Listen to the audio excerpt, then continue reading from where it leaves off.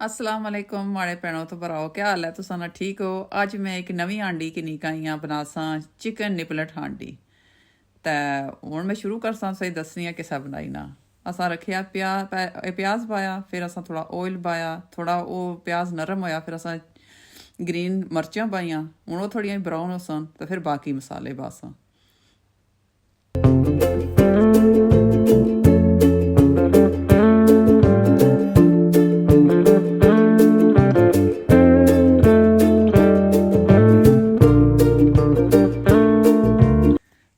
हूँ इसे में पाया लसन ते अदरक, हूँ इन्हें थोड़ी देर फ्राई करसा, फिर बाकी ने मसाले पासा। तो हूँ मैं इस पाया गया टमाटर टीन पाया, तो हूँ इसकी थोड़ी देर पकासा, तो फिर बाकी ने मसाले पाने। थोड़ा जहा पानी ना छाटा मारी छोड़ो क्योंकि थोड़ा सही गली गए टमाटर।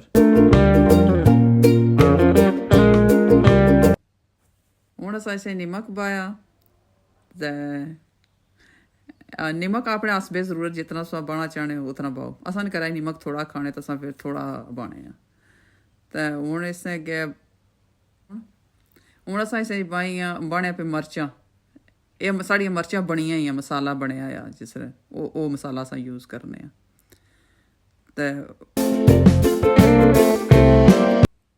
हूँ इसे पाया कड़ी पत्ता नाल पाया, इसने 2 कड़ी पत्ता पाई छोड़ो, इस नाल भी टेस्ट नाइस हो जाना, नाले बंदे की खांसी वगैरह नहीं लगनी।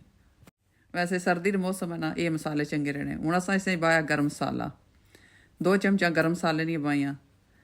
तो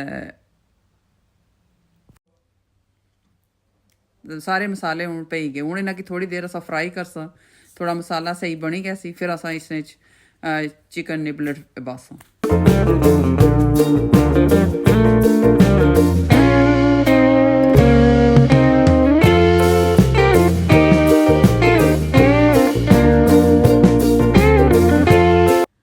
हूँ अस इस पाइया चिकन निबलट पाइया। हूँ इन्हें किस चंगा भुनसा असा, मतलब बहुत ज़्यादा भी ना इसकी भुनो क्योंकि इसका मतलब विचू इसने चीज़ा ज़ाया, विटामिन ज़ाया भी जान।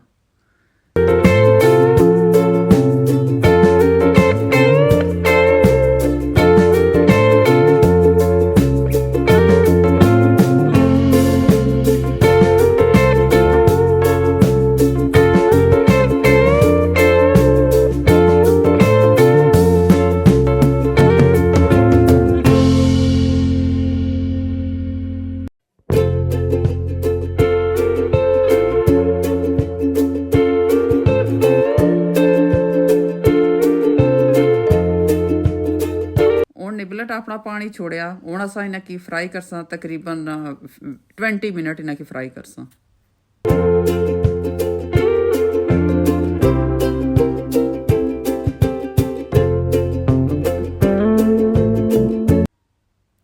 हूँ असाने निबलट तैयार हो गए। असा इसे हूँ ज्यादा पानी असा ना यूज करने कि साढ़े घर पानी वाले निबलट नहीं खाने। अगर तुम चाहो तो सालन बनाई सकने हो, पर असा ने निबलट रेडी हो गए। हूँ तुसा भी ये रेसिपी ट्राई कराया तो असा की दसिया है कि तुसा की अजी लगी, कमेंट कराया है तो सबसक्राइब कराया है। ठीक है, अल्लाह वाला है, नैक्सट वीडियो फिर मिलसा।